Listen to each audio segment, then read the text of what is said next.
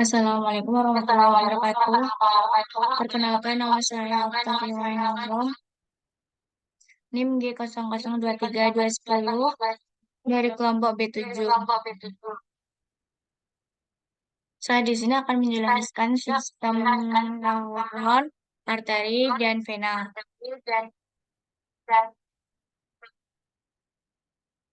Yang pertama, struktur neuron terdiri dari dendrit. Dendrit adalah serabut pendek dan bercabang yang menyebar dari soma. Fungsi dendrit sebagai penerima sinyal dan informasi dari neuron lain atau sumber-sumber eksternal seperti sel sensorik.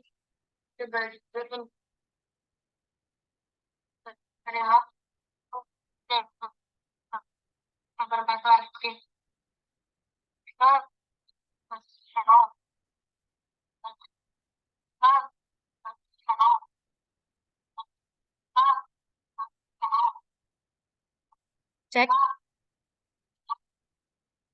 cek, cek.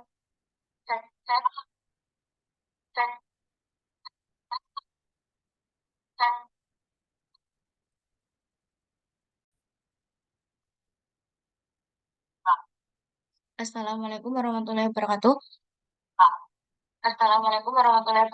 Perkenalkan nama saya Octavia Wainalrom,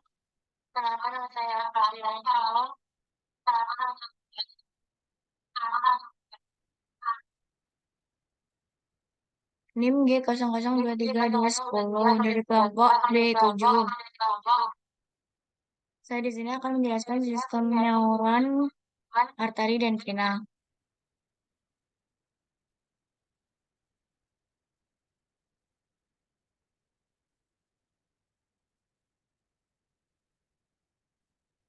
Assalamualaikum warahmatullahi wabarakatuh. Perkenalkan nama saya Octavia Wainalrom, NIM G0023210 dari kelompok B7. Saya di sini akan menjelaskan Assalamualaikum. Assalamualaikum warahmatullahi wabarakatuh. Perkenalkan nama saya Octavia Wainalrom, NIM G0023210 dari kelompok B7. Saya di sini akan menjelaskan sistem vena, arteri, dan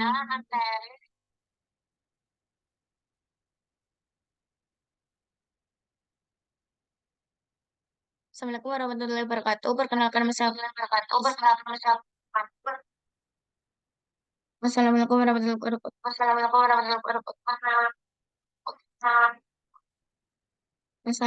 warahmatullahi wabarakatuh. Perkenalkan nama saya Octavia Wainalrom, NIM G0023210 dari kelompok B7. Saya di sini akan menjelaskan sistem neuron, arteri, dan vena.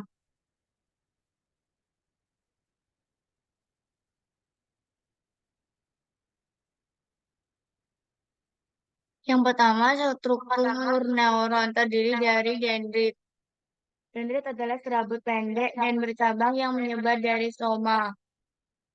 Berfungsi sebagai penerima sinyal dan informasi dari neuron lain atau sumber-sumber eksternal seperti sel sensorik dan menyalur informasi tersebut ke badan sel yang berbentuk cabang. Dilanjut dengan soma. Soma adalah bagian utama dari sel saraf yang mengandung inti sel, nukleus, dan berbagai organ sel seperti mitokondria, retikulum, endoplasma, dan ribosom. Dilanjut dengan akson.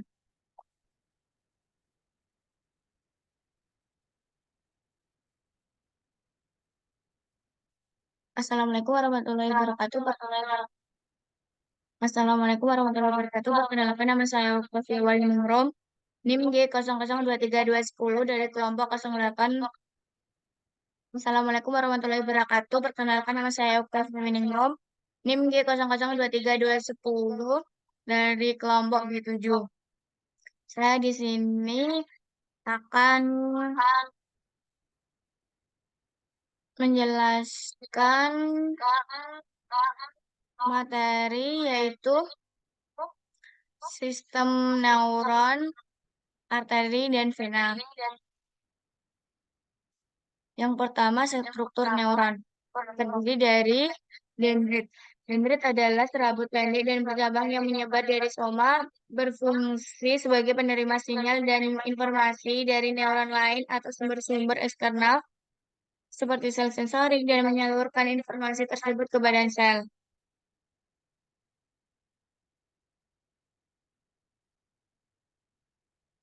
Berbentuk cabang. Yang kedua, soma adalah bagian utama dari sel saraf yang mengandung inti sel, nukleus, dan berbagai organ sel seperti mitokondria, retikulum endoplasma, dan ribosom. Berfungsi dalam stres protein dan pemrosesan molekul. Dilanjut yang ketiga atau juga dilanjut yaitu akson. Akson adalah surat panjang yang keluar dari badan sel dan bertindak sebagai jalur pengantar sinyal listrik ke sel saraf lainnya. Biasanya terdapat satu akson per neuron dan panjangnya dapat bervariasi dari beberapa mikrometer hingga 1 meter. Berfungsi mengirimkan impuls listrik dari badan sel menuju ujungnya yang disebut sebagai terminal akson. Dari inilah sinyal tersebut kemudian ditransmisikan ke neuron lain. Jika terjadi gangguan akson seperti diffuse axonal injury, maka tubuh akan kehilangan kesadaran, amnesia, kesulitan bicara, hingga kehilangan kemampuan motorik. Myelin sheath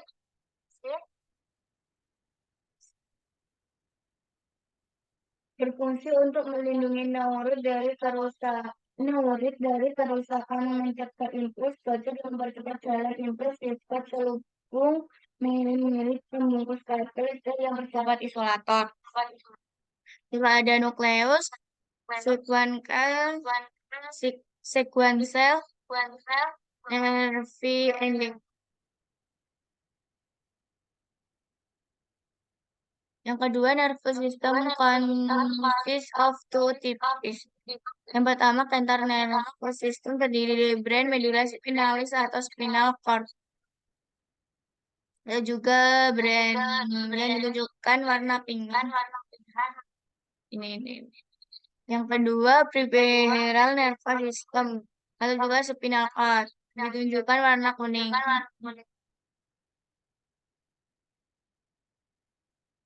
Yang ketiga ada peripheral nervous system terdiri dari 5, yaitu nukleus sebagai kumpulan badal, sel atau soma di sistem saraf besar. Raptus sebagai kumpulan berkas akson pada sistem saraf pusat yang berakhir di nukleus atau ganglion. Ganglion sebagai kumpulan badan, sel atau soma pada sistem saraf perifer. Nervus sebagai kumpulan berkas akson di sistem saraf perifer yang bisa berakhir di ganglion atau di organ perifer atau menjulur bebas.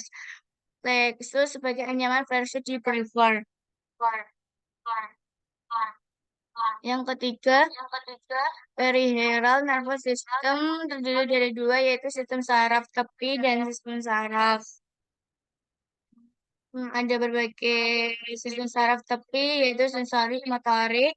Sensorik terdiri dari 2, yaitu somatosensori dan viscerosensori. Motorik terdiri somatik dan visceral. Somatosensori terdiri dari 2, general dan spesial. Visceral terdiri dari 2, yaitu simpatis dan parasimpatis. Pada sistem saraf terdiri dari 2, yaitu pusat dan perifer. Pusat terdiri dari 2, halon dan medulla. Perifer terdiri dari 2, sensorik dan motorik. Sensorik yaitu juga dibagi 2, yaitu somatosensori, viscerosensori, dan motorik juga dibagi 2, somatik dan otonom. Somatosensori yaitu general, spesial, otonom, ya simpatik dan parasimpatik.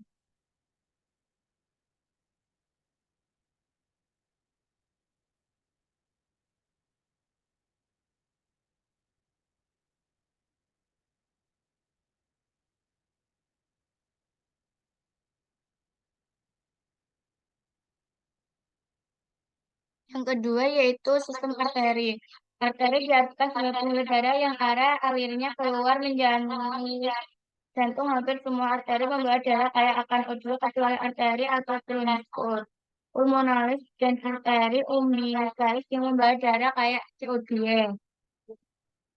Aorta ascendens. Pada aorta ascendens akan muncul perubahan arteri kecil jika desa dan sineta yang akan menjadi kakak. Arkus aorta. Pada arkus aorta akan menjadi kawasan arteri setelah mengalami membawa darah ke bagian ekstremitas atas dan kepala.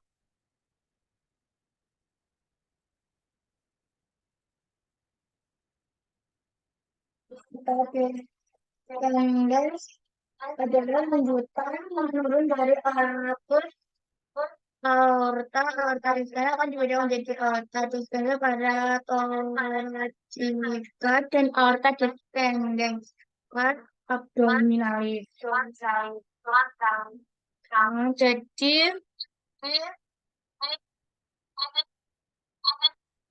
psikokalis terus akan bercabang menjadi arteri sublavial destra, arteri artis komunis destra. Arteri sublavial destra akan bercabang menjadi arteri yang memvascularisasi ekstremitas pada bagian destra, sedangkan arteri korotis komunis destra akan bercabang menjadi arteri karotis internal dan eksternal. Ya. Arteri komunis intra, arteri komunis intra akan bercabang menjadi arteri karotis internal dan eksternal.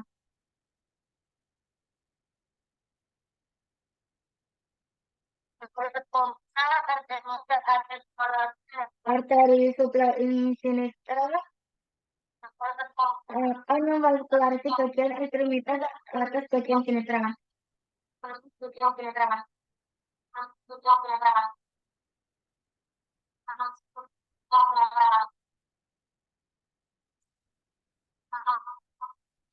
Ini juga termasuk tadi juga saya jelaskan dari awal tadi yang juga termasuk tadi juga ini saya jelaskan. Ini juga termasuk arteri. Yang ketiga yaitu vena. Vena azigos adalah vena yang mendominasi dari vena interkostal kiri. Vena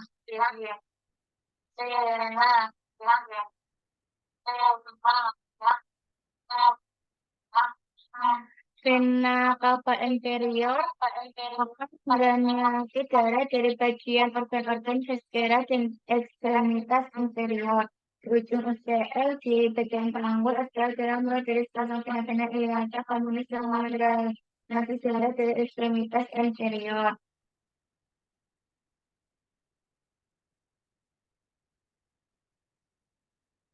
Ini juga termasuk brachycephalic vein, intercostal vein, lumbar vein, ascending lumbar vein,